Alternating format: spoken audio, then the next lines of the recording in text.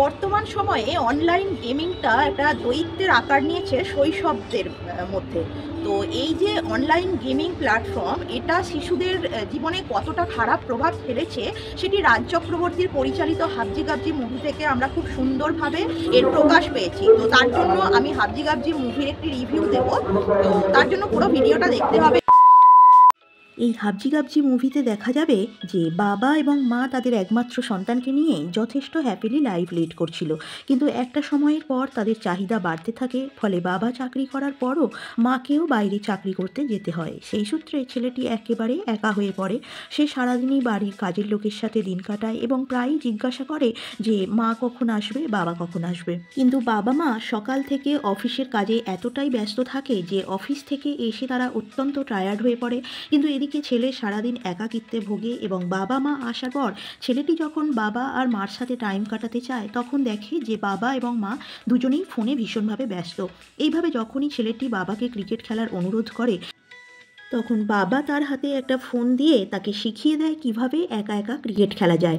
এরপর একটা গেম থেকে আরও একটি গেম, এইভাবে ক্রমশ বাড়তে বাড়তে একটা সময় দেখা যায় ছেলেটি একেবারে গেমে সম্পূর্ণরূপে আসক্ত হয়ে পড়ে।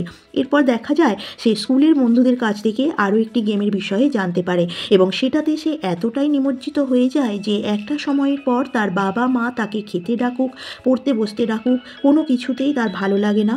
তার বদলে সে শুধুমাত্র চেঁচামেচি করতে থাকে, উত্তেজিত হয়ে পড়ে এবং ক্রমশ অশান্তি বাড়তেই থাকে। তখন তার মা বাবাকে বলে যে বড় বাড়ি চাইলে হলো, বড় গাড়ি চাইলে তাও হলো, তার চেয়ে বড় হলো এই বিপদ। এই সিনেমারই আরও একটি অংশে দেখতে পাবেন যে দেখা যাচ্ছে ছেলেটির জন্মদিনে তার বাবা তাকে একটি স্মার্টফোন গিফট করলো এবং এই স্মার্টফোন পেয়ে ছেলেটি এতটাই খুশি যে সে আরও বেশি বেশি করে গেম ডাউনলোড করতে থাকে এবং এটা করতে গিয়ে সে একেবারে বাস্তব জীবন থেকে একটু একটু করে অন্ধকার জগতে হারিয়ে যায়। এরপর ডাক্তারি পরামর্শে তাকে যখন তার বাবা মা পাহাড়ে ঘুরতে নিয়ে যায় তখন সেখানে গিয়ে, অর্থাৎ তার বাবা মা ভেবেছিল যে সেখানে গিয়ে হয়তো সে গেম থেকে দূরে থাকবে, কিন্তু ছেলেটি সেখানে গিয়ে মিথ্যের আশ্রয় নেয়।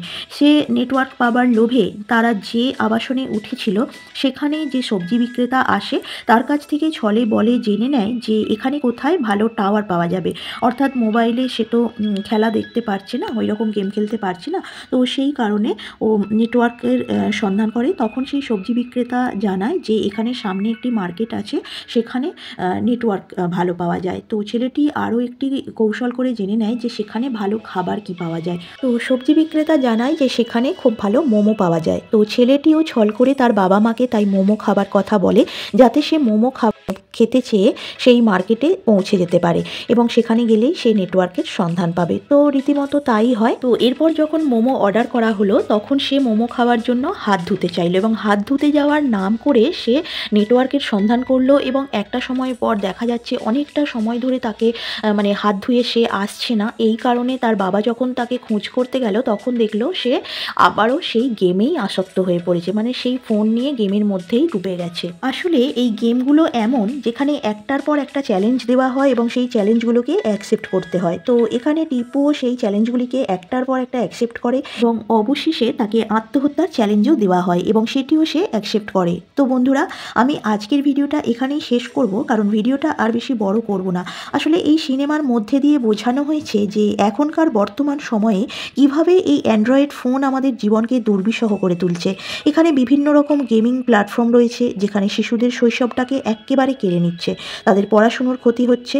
তো আমি প্রত্যেকটা বাবা মার কাছে অনুরোধ করব যে আপনারা বাচ্চাদের ফোন দিন, কারণ বর্তমান সময়ে যেভাবে স্মার্টফোনের ব্যবহার আমাদের জীবনকে অনেক বেশি অ্যাডভান্স করে তুলেছে, সেখানে ফোনটা হয়তো তাদের একটু হলেও কাজে লাগে, কিন্তু খেয়াল রাখবেন যে তারা যেন কখনোই ফোনের মধ্যে একেবারে নিমজ্জিত না হয়ে পড়ে। তাহলে ভিডিওটি ভালো লাগলে অবশ্যই কমেন্ট করুন, তাহলে এরপর আমি এই মুভির আরও ছোট ছোট ক্লিপ আপনাদের সাথে শেয়ার করতে পারবো। তো ভালো লাগলে অবশ্যই চ্যানেলটিকে সাবস্ক্রাইব করে রাখবেন এবং নোটিফিকেশান বেলটি অন করে রাখবেন যাতে সমস্ত ভিডিও আপনার কাছে আগে পৌঁছে যায়।